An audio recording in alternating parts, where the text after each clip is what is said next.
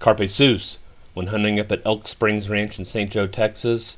This is a high fence facility that had hogs get into it several months ago. Here I'm set up at the bottom of the page in the campground area. At the top are hogs. I spotted hogs, made a stalk towards them. About 2/3 of the way there, stopped to take my shot.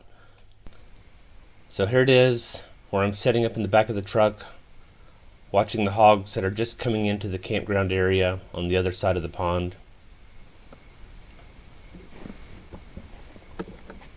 Every time the screen changes, I've advanced a little further, getting closer and closer to them each time, scanning through the trees with my IR Hunter MKIII to see if I can spot any more hogs.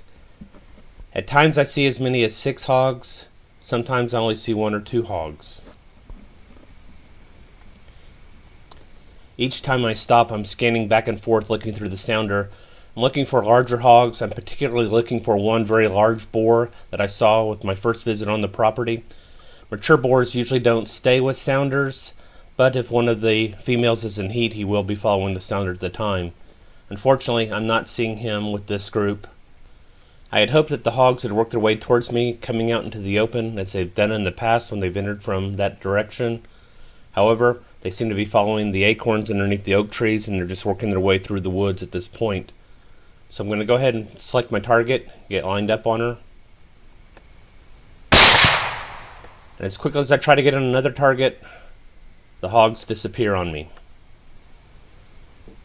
The hog turned out to be a 140-pound sow. I decided to examine the terminal ballistics of the Horn DSST 123 grain ammo. Turns out that the right humerus was broken, along with ribs underneath, and the bullet continued through, destroying the cervical vertebrae. So I flipped her over to look at the exit wound. The bullet had exited forward of the shoulder blade, forward of the ribs, coming out high on the neck. Examination of the teat development indicated that she had not had piglets previously, but she seemed a little fat, and it turns out she was carrying 6 on board. Optics provided by Third Coast Thermal.